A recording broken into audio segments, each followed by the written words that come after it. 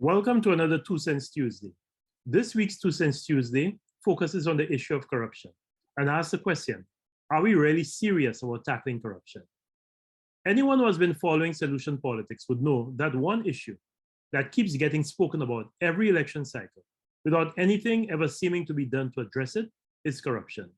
For years, we have heard allegations of corruption being thrown around, with the noise getting loudest during election campaigns. Every time I watch or listen to the heated exchanges between our two political parties about corruption, I cannot help but get the feeling that what we are witnessing are two parties grand charging each other, threatening to beat up the other as punishment for the misdeeds, but both knowing that this is all just a charade, an act put on for the benefit of the viewing audience. Let's face it, we have heard these claims and counterclaims many times over the past 30 years. We have seen several commissions of inquiry and investigations during that period. The simple fact is, despite the several commissions of inquiry, investigations, and allegations of corruption that span several administrations, we have never heard of one arrest of one minister of government or one senior public official for an act of corruption in this country.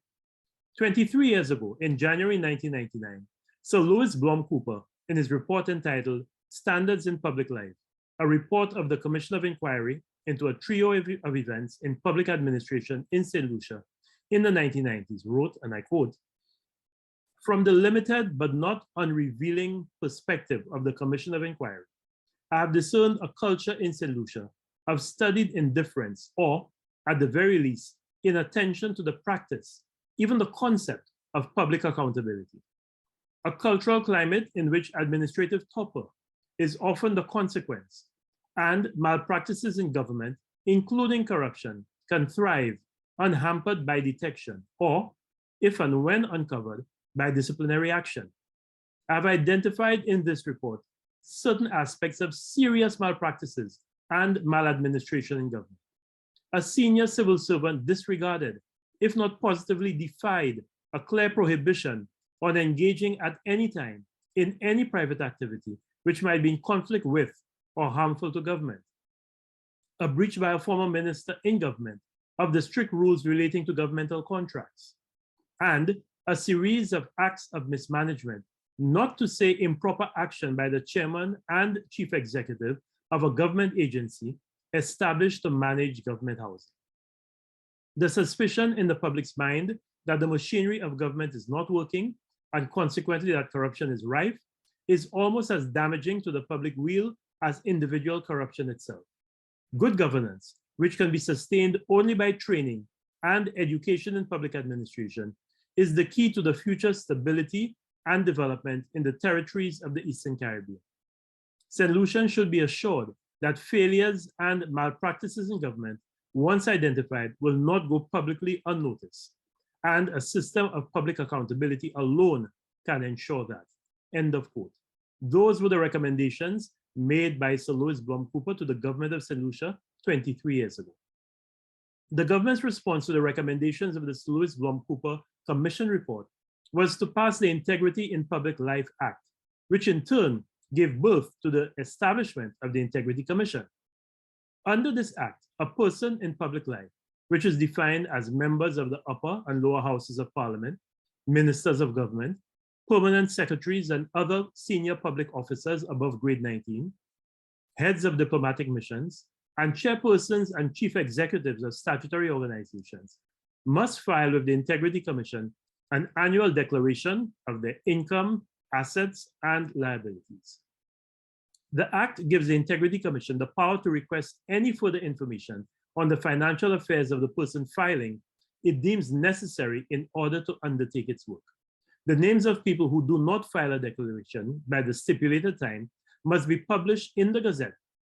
And in the case of a public servant, a report must be sent to the Public Service Commission for further action. In cases not involving public servants, so for example, with chairpersons and CEOs of the respective statutory organizations, a report must be sent to the Director of Public Prosecution for further action. Where the Commission considers it necessary or expedient to inquire into the accuracy or fullness of a declaration, it has the authority to advise the Governor General to appoint a tribunal to conduct further investigations. I cannot recall once in the over 15-year lifespan of the Integrity Commission when anything other than the benign publication in the Gazette of the names of people who have failed to file a declaration has come out of the work of the Integrity Commission. But this should not come as a surprise. No government has ever given the Integrity Commission the resources it needs to do its work properly. In fact, for a long time, the Integrity Commission was forced to operate out of very cramped and inadequate conditions in one of the waterfront buildings. They have no research staff at their disposal to properly scrutinize and analyze the declarations that are submitted to them. Therefore, in effect, the Integrity Commission is all bark, and a soft bark at that, and certainly no bite. This government has announced its intention to appoint a special prosecutor to investigate allegations of corruption during the term of the last administration. It is left to be seen if anything will come out of this, or whether it will suffer the same fate as the work of the forensic auditor who was contracted during the 2011 to 2016 SLP administration with a similar mandate, or the report of the local team of auditors that was also engaged by the aforementioned Labour government to investigate the operations of the town and village councils. If the government is serious about corruption and about tackling corruption and wants to restore credibility and trust in the operations of government, then I want to propose a 10-point plan that can assist in this regard. Number one, the cabinet should ensure that the Public Accounts Committee is provided with the resources to function properly, and that the Public Accounts Committee meets regularly to review the reports of the Director of Audit on all government agencies and statutory bodies. If the respective audit reports are not up to date, every effort should be made to make them correct. Those statutory bodies that have not filed financial statements and laid them in the Parliament as is required by law must be made to do so with immediate effect. There should also be full debates in Parliament of the reports of the Director of Audit, which should include an accompanying report by the Public Accounts Committee that details the steps the relevant government agencies have been mandated to follow to ensure full compliance with the recommendations of the audit report. Number two, the Department of Parastatal Monitoring, which has been used since its inception as a Siberia for permanent secretaries who have fallen out of favor with the cabinet, should be reconfigured, properly resourced, and given the mandate to monitor the financial operations of the various statutory bodies and ensure that they are operating in accordance and compliance with their mandate and the statute that established them.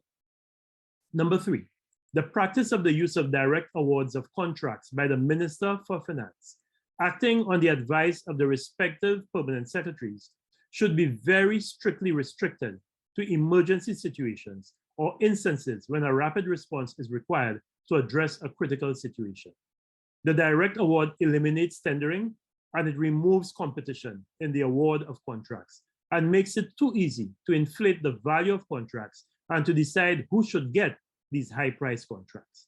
Direct award should be the very rare exception and not the norm that they have become.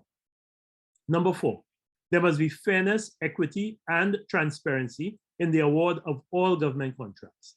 This is money that has been collected from the public via taxes, duties, and fines, sums that have been borrowed, or grants that have been provided by friendly development partners and governments. Every dollar must be accounted for. Therefore, an Office of Contractor General should be established to oversee the processes for the award of all major contracts by government. Moreover, information should be posted on the government's website that details the contracts that have been awarded, their value, and the companies or individuals that have been contracted by government. This must be public information that is open to scrutiny by everyone.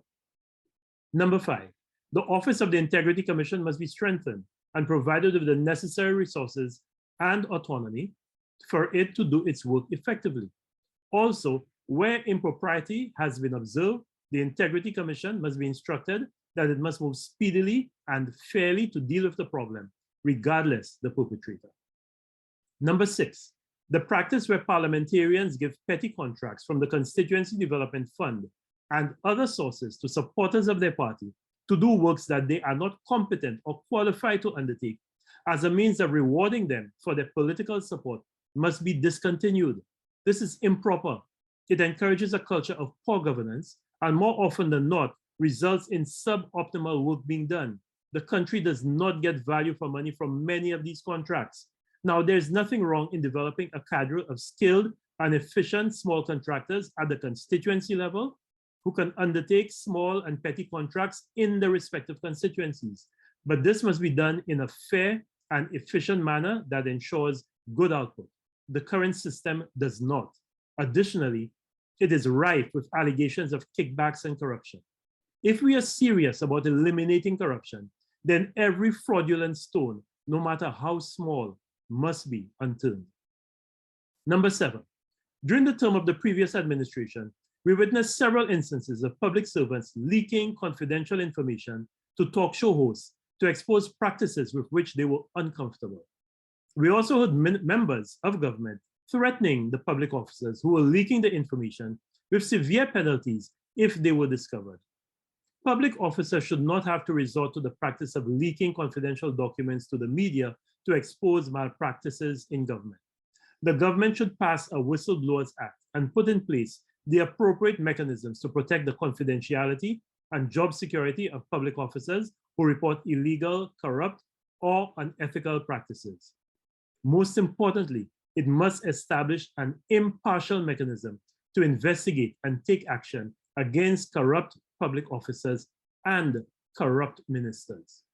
Number 8, the government must send a strong signal that acts of corruption, illegality, or conflict of interest committed by government ministers, members of parliament, or other senior public officers will not be accepted or tolerated, and give the assurance that there will be strong, swift corrective action taken whenever this is observed.